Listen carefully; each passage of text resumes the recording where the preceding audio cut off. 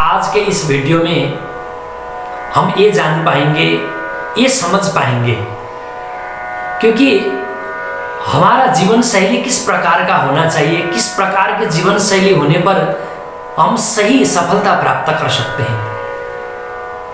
युवाओं के लिए विशेष ये मोटिवेशन है, क्योंकि कभी कभी हम जानते भी हैं, समझते भी हैं, क्या करने पर सफलता मिलती है ये भी जानते हैं, फिर भी वो कार्य कर नहीं पा रहे होते हैं। तो ये वीडियो हम अंत तक देखेंगे तो हम समझेंगे कि क्या करने पर हमें सफलता शीघ्र अतिशीघ्र मिल सकता है। तो यहाँ पर विशेष करके आंकड़ों को देखा जाए तो हमारे देश में सबसे ज्यादा युवा है।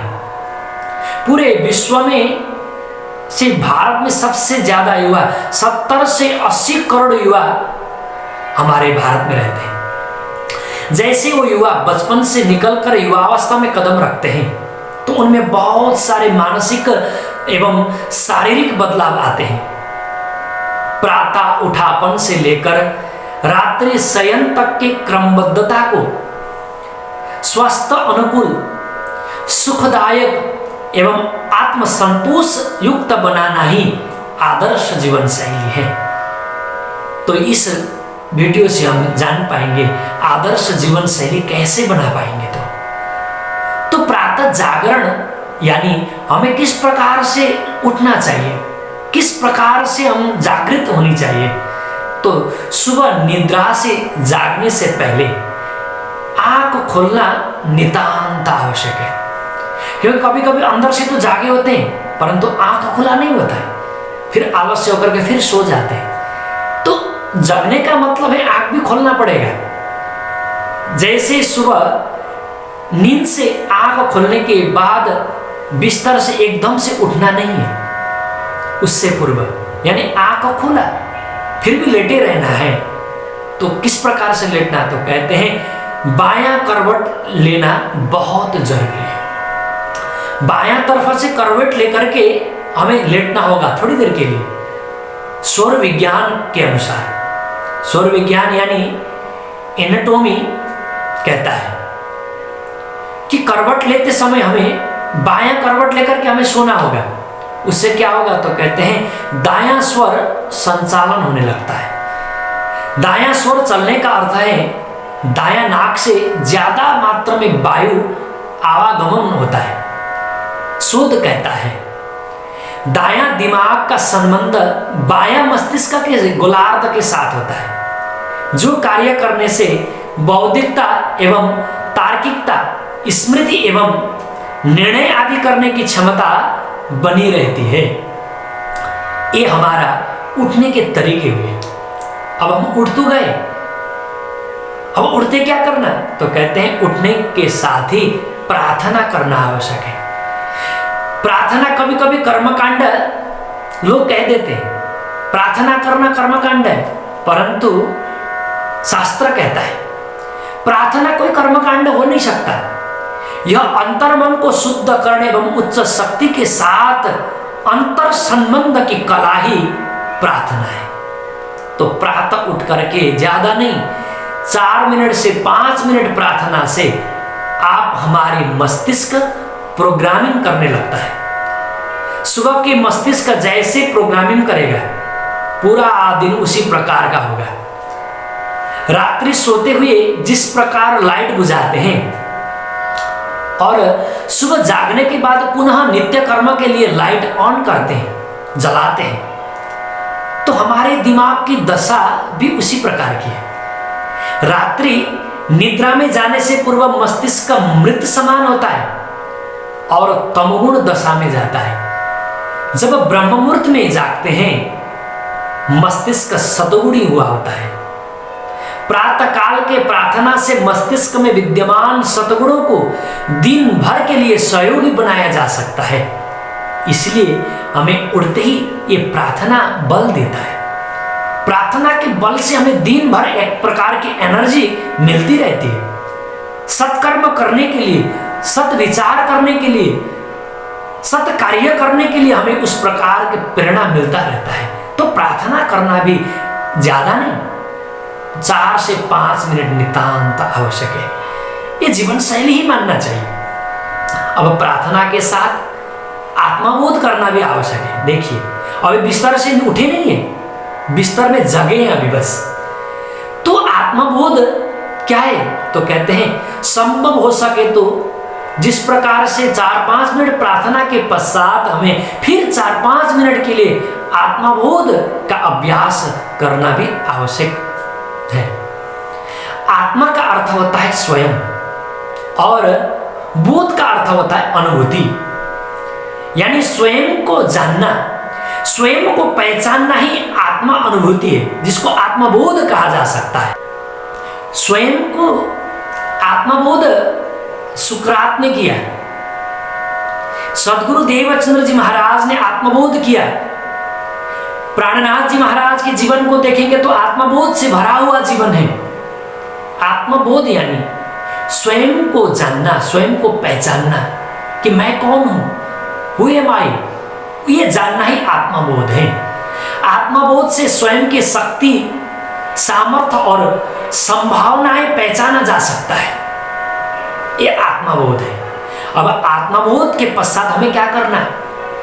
तो पूजा उपासना के ज्ञान और विज्ञान में हमें जाना है। यदि आप नियमित उपासना या पूजा करते हैं तो स्नान के पश्चात सर्वोत्तम समय है। यदि पूजा पाठ करना हो तो शरीर को शुद्ध करना भी आवश्यक है। केवल मेडिटेशन करना हो फिर भी आलस्य तो आता है, उसके लिए भी स्नान करना तो आवश्यक है, परंतु चिंतन करने के लिए, हर प्रकार की गहराई की सोच में जाने के लिए, एक प्रकार सुबह आज दिन भर क्या करना है मुझे, इस प्रकार की सोच रख करके बिस्तर से हम उठेंगे तो स्नान आदि से निवृत्त होकर के हमें पूजा उपासना की ओर अग्रसित हो सकते हैं।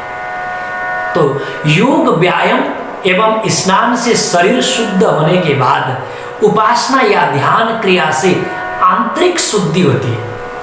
एक प्रकार की शुद्धि तो बाह्य शुद्धि है, एक और आंतरिक शुद्धि है।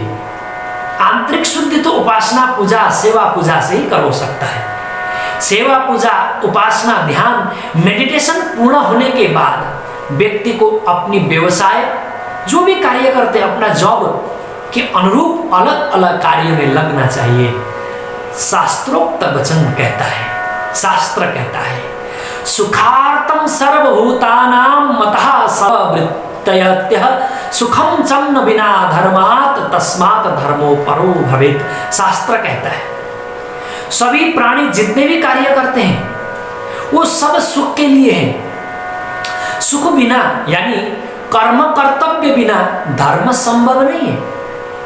अतः सुख की इच्छा रखने वाले प्रत्येक को कर्म कर्तव्य का पालन करना अति आवश्यक है। उससे क्या होगा?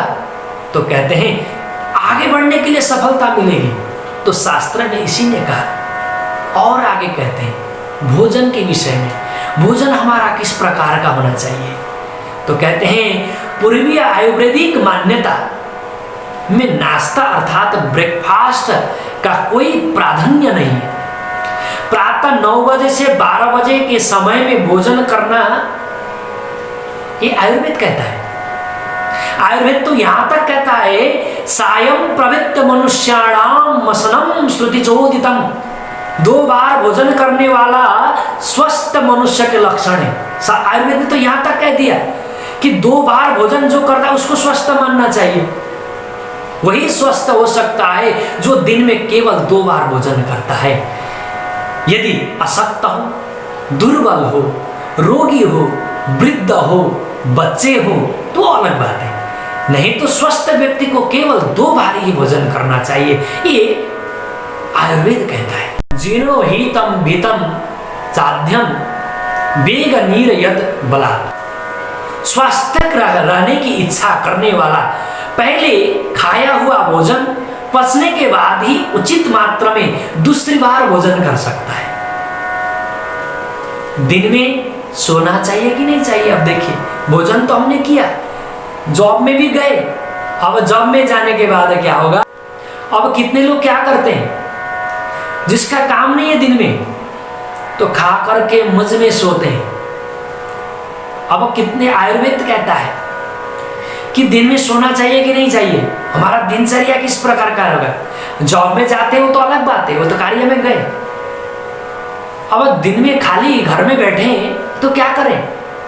तो कभी कभी लोग सोचते हैं भोजन करके तो सो ही जाना चाहिए, दिन में भी भोजन करके। तो आयुर्वेद कहता है दिन में कभी नहीं सोना चाहिए, क्योंकि आयुर्वेदाचार्य कहते हैं दिन में सोने से क्या होगा।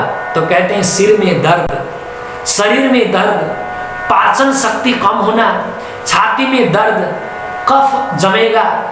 इतना ही नहीं, पीलिया जिसको हलीमंग कहते हैं, शरीर में सूजन, खुजली, गले का रोग, बुखार, आलस्य, ये दिन में सोने का लक्षण है। देखिए दिन में सोने से सारे के सारे बीमारी अपने आप बिना बुलाए आ जाते हैं।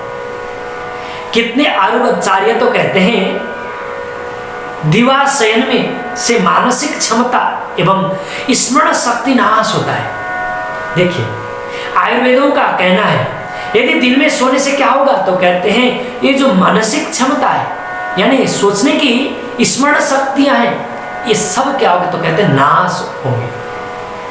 कर्मेंद्रिय एवं ज्ञानेंद्रिय ये दोनों के दोनों कमजोर हो गए। दिन में वही सोता है जो बीमार है, या तो दिन में वो सोता है जो रात में पबजी खेलता है। रात में पबजी खेलने वाला क्या कहता है, रात भर पबजी खेला होता है, यानी रात भर तो मोबाइल में लगा होता है, और उसमें रात में तो सोता नहीं, तो दिन में सोना पड़ेगा। स्कूल भी जाता है, कॉलेज भी जाता है, जॉब में भी जाता है, तो रात को मोबाइल खेला होगा, वो दिन में भी सही ढंग से कार्य नहीं कर पाएगा। इसलिए जितनी जल्दी सोएंगे उतनी ही जल्दी उठ भी पाएंगे। तो हमारा दिनचर्या किस प्रकार का होना चाहिए। तो कहते हैं रात में भोजन करते भी नहीं सोना चाहिए, कम से कम 1-1.5 घंटे का गैप हमें रखना चाहिए। तो रात में जितने जल्दी हो सके सोना पड़ेगा। तो ये दिनचर्या है।